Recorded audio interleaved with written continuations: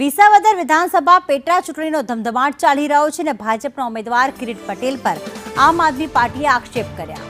Legal સેલના અધ્યક્ષ પ્રણવ ઠક્કરે નિવેદન કર્યું। એફિડેવિટમાં પેરા ડિલીટ કરી એફિડેવિટ ફાઇલ કરી।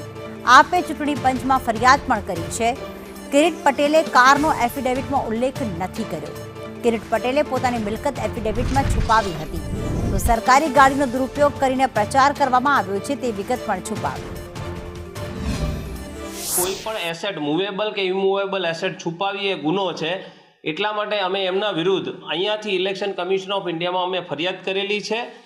એના સિવાય અમે લોકલ લેવલથી પણ કિરીટભાઈ પટેલ ઉપર ક્રિમિનલ કમ્પ્લેન ફાઇલ કરવા માટે જઈ રહ્યા છીએ। એના સિવાય બીજું એક છે કે તમે જોયું હશે કે આપણા માનનીય શ્રી મુખ્યમંત્રી શ્રી ભૂપેન્દ્રભાઈ પટેલ આવ્યા ત્યારે એમને મહિન્દ્રા બોલેરો કોઈ ગાડી GJ11VV4613 આ ગવર્મેન્ટ ગીરની અંદર ચાલતી ગાડી છે અને આના પુરાવા છે અમારી પાસે।